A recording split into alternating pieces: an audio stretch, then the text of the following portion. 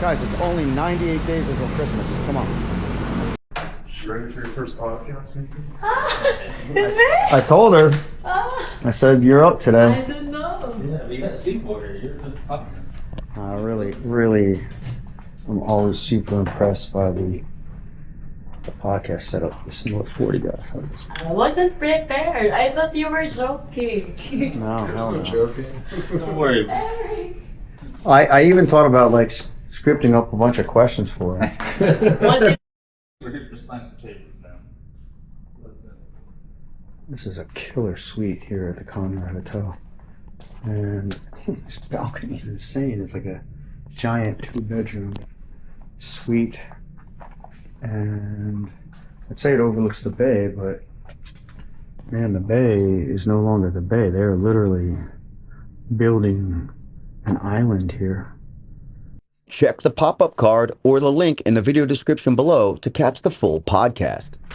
We'll do the sound real quick. What's this thing? First time. How do you feel?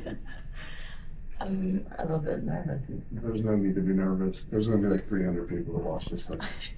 It's all. Meanwhile, then it also sort of has a clause that says it's suggested that you blur out, they call vulnerable individuals, like children and I suppose old people, right? T-shirts and angels. We also do the tattoo and had a couple young ladies come get tattoos and T-shirts and then reach out to us. And it was only a short video, thankfully, instead of like a long format video. And they wanted the video taken down because they didn't know they were going to be on social media. Yeah, in your own words. Yeah, you guys are a little celebrity couple here in the Philippines, so I want to hear how this started. There's a really nice little mall conveniently connected directly to the Conrad Hotel. Not to mention the huge Mall of Asia that's just a block down. This is the first time we'd ever been to a Texas roadhouse in our lives, let alone one in the Philippines. And I must say, it was excellent. Thanks again so much to Nick and Glenn from Single at 40 for the invitation to appear on yet another podcast. We're thinking about moving. It's always a tough call in the Philippines because it's literally the choice between amenities like basketball courts, gyms, pools. There's 2 lap pools. Same price, 1/4 of the space. But amenities. This is one of 2 pools. The other one's an actual lap pool. I'm not gonna lie. For me, this is what it's all about, man. It was rough giving up the lap pool. That's my number 1 wheelhouse right there, swimming laps. Pulls up, we're looking at condos today. Really interesting. See that? That bucket? That's a jerry can right there. German World War II helmet. Incredible that he's just riding around on it. The wonderful Philippines. Well, it's sunny, beautiful blue skies. That is pretty wonderful. Streets. Yeah, they're not that great, especially during rainy season. And what else? Is it the straw that broke the camel's back? Where and when do you reach that point as an expat or foreigner living in the Philippines, right? And the reason why I'm talking about this is because I saw a video entitled Philippines Death by 1,000 Cuts. Quite honestly, I had to say that was pretty apropos. Now, you're all going to say, or someone's going to say, you don't like fauna, you go home, Joe. Okay, because that's what they say. They're like, you don't like it, go home. Like, you don't have to stay here.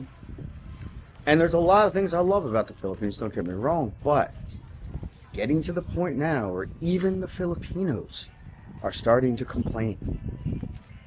And I'll give you an example. I think I talked about this recently. The hospital. She had to take one of her family members to the hospital the other day. And it was the most atrocious, third world, horrendous shithole that you could like possibly imagine. Like, the conditions were terrible. There weren't enough seats. They had people waiting outside in the sun. They'd try to set up these awnings for them. What else? Once you got inside, you had to fall in line to get a ticket to register. And then once you registered, you had to fall in line to get another ticket for your specialist appointment. And that took like 4 hours. And then the specialist appointment was 2 weeks out. And then 2 weeks later, they go back. Oh, sorry, the doctor's not in today. It's raining. And now you got to fall in line again to get another 2-week reservation. And then if you do show up, the doctor's like 2 or 4 hours late. Insurance? Forget about it. They have all these special programs for like seniors and stuff. Oh, the government will pay, I don't know, 20,000 pesos a year for your medicine or something. But then when you go try to register the government program with the hospital says, sorry, our systems don't recognize that program. And your insurance system won't talk to our system either. So you need to take all of this paperwork we're going to give you to your insurance company in person. At which point you have to fall in line again to get all the paperwork you need. The systems do not talk to the systems here, and it's just deplorable. Like, it's shameful. They can do so much better. Now, the interesting thing about this is, if you're familiar with 15-minute cities, digital currency, digital IDs, all this global control mechanism elements that are coming in, the Philippines will never, ever, ever be a part of that, because they're just too third world fucked. And I hate to say it. And if you don't believe me and you want to say, Joe, go home, just check out peso.weekly on Instagram. And you can see how sick the Filipinos are getting of it too. They deserve better. And so do we.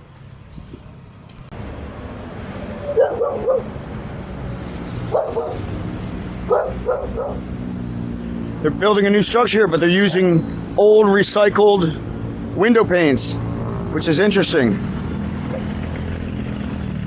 And if you don't believe the Philippines is third world, or that I'm just talking smack, I mean, they're literally building houses out of recycled trash. And I've said this before, wherein if you need bricks, wood, and tires on your roof to hold it down,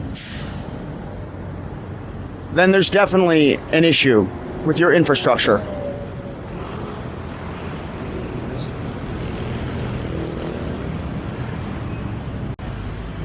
But never fear, because they'll definitely spend money on Christmas shit.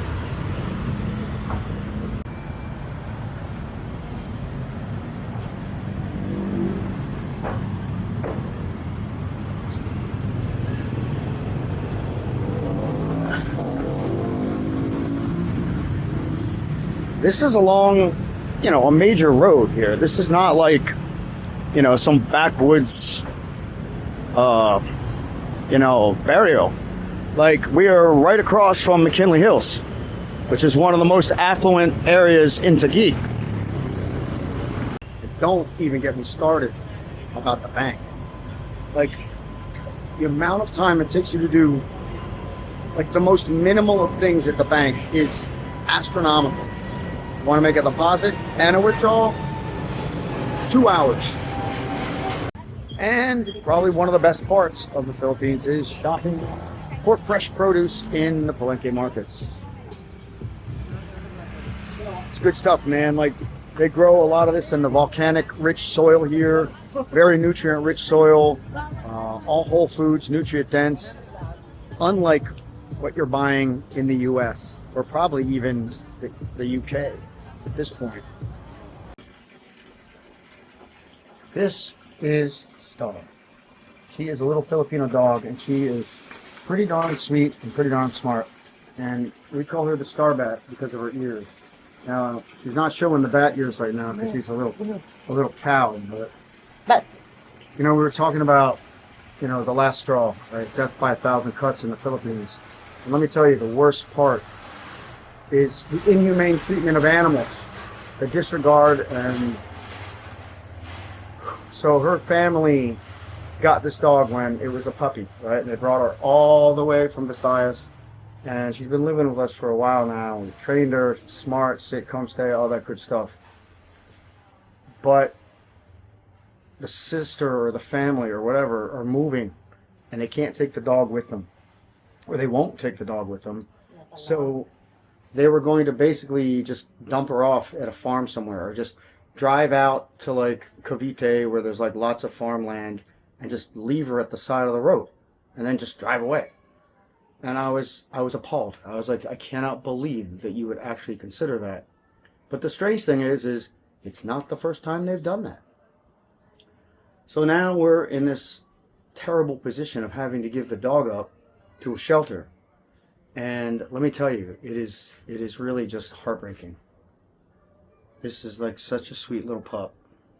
And no one will take her because she's a girl. Imagine that. Anyway, this whole, YouTube Video Lux channel thing, just, it never was supposed to be anything. It was just, I was just putting karate videos up for the guys back home when I was learning Filipino martial arts. And then it just kind of became about like traveling and lifestyle in the Philippines, and somehow it became about nightlife. And bottom line is, Philippines can be death by 1,000 cuts, like I was saying earlier. And this is the straw that broke the camel's back. Thank you all so much for watching this video. I really hope you enjoyed it. And just to let you know, we did find a loving home for our little star. And luckily, it's someone we know, and we can still visit her, and we're very grateful for that. The misleading element of living in the Philippines is you don't get those 1,000 cuts in one day, 1 week, 1 year. Like, you might get 50 or 100 cuts a year. It could be 10 years before you're like, 1,000 cuts, man. Like, the Philippines creeps up on you. Just keep that in mind. It's not just the metro when it comes to the Philippines. There's over 7,500 islands of amazing here. So if you like this video and you want to see more coming up from the Philippines, go ahead and hit that thumbs up button, subscribe, and check out some of the links in the video description below.